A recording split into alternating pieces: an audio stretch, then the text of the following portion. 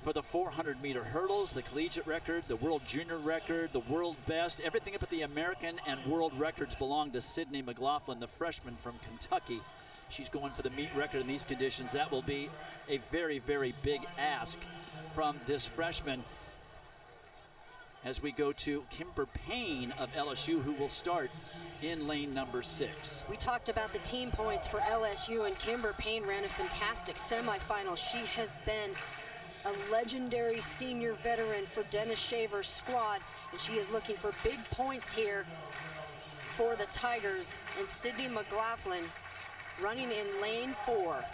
Had a semifinal that had a couple people batting their eyes because it wasn't a blazing fast semifinal that she's done all year long, but she has been trying to keep a 15-step pattern through those hurdles, but she had to take a 16 and go with her left over the 9th, and then she finishes. But look at the distance between her and the rest of the field to show you the class of this young lady. Kentucky's Sydney McLaughlin is leading the charge in this current generation of outstanding freshmen. I'm very proud of, the way that the younger generations are coming up, especially with some of the, older pros and, idols are on their way out. It's great to be able to see the next generation taking stand. A lot of young athletes, even in high school, running really fast, and it's kind of scary, but it's really exciting to know that the future of USA track and field is in good hands. She holds almost every single record at this distance except the American record and the world record. It has completely stopped raining. The flags are at a dead calm. We'll see what she can do in these kinds of conditions. But we've said it many times before, in case somebody hasn't been watching us on Thursday. Remember, she was an Olympian in Rio the summer between her junior and senior year. So she has that kind of an experience that she brought back to high school, then back to Kentucky in this freshman year. Think about that. 12, 14 months ago, she was coming out of high school, and her form is still not up to speed. Edric Floriel said she wasn't going to run the 400-meter hurdles this year because he thought her learning curve of where she needed to be wasn't going to be there. But shortly after indoor season, the learning curve shortened, and she ran the 400 hurdles, and here we are in the finals.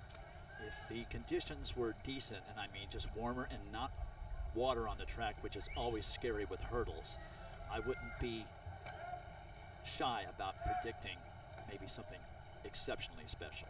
Here, I think she just wants to go for the win and the 10 points. Let's see if I'm right.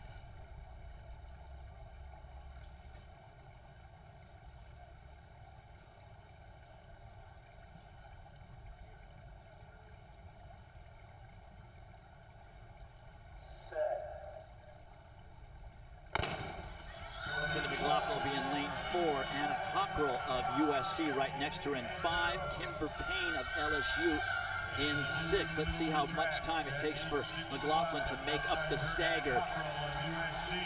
Well, she's well out front already. Payne is in 2nd. Working on touchdown times over the hurdle. The hurdles are so short, so being able to keep that sprinter speed over the hurdle. Sydney has very long legs and can literally step over them. She just chopped on number 6. She's in a good rhythm now. It's Sydney McLaughlin, Kimber Payne, and Anna Cockrell. Clear of 9. Sydney McLaughlin going very well, all things considered. It's now Anna Cockrell in the 2nd for the Trojans. Sydney McLaughlin running hard for the tape. 53.95.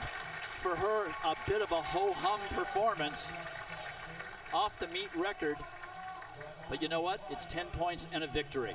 And a ho-hum performance for her, but get this, it's 8 all-time in collegiate history. She is phenomenal at this distance, but right now with this weather, you have just got to make sure you secure the 10 points for Kentucky coming into the home stretch. She did have to switch lead legs. She's a great ambidextrous leg leader. She can lead with her left and her right. She told me, I just want a clean, executed race. I have not run that yet, and a very clean, perfect race for her would be 15-step stride pattern through all of the hurdles.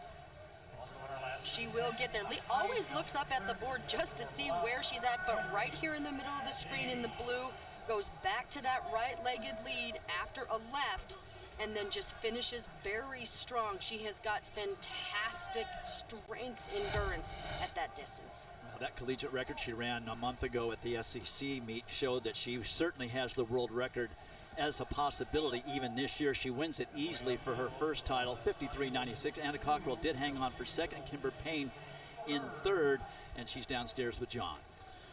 Yeah, Dwight, I'm really down here with Sydney McLaughlin right now. First off, just how scary is it to go out and run that race in this conditions? Yeah, it's a little concerning with the puddles and such, but I think just the fact that it stopped raining was good for us, and I'm really happy with the way it turned out. All right, so we've got one more race to go, but at this point, your college individual season's over. Your thoughts on what it was like to run this year for the University of Kentucky? Amazing, you know, just being able to connect with the girls, connect with Coach Flo, and do things I've never been able to do before. Just a really great experience for me. What are those things you couldn't do before? What of those sticks out?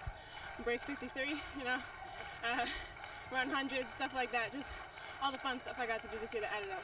Break 53 is a pretty good one to take into your scrapbook for sure. We'll see you in the 4x4. Sydney McLaughlin. One other thing, guys, real quick, I just want to caution everybody, there is no lifeguard on duty down here, so swim safely.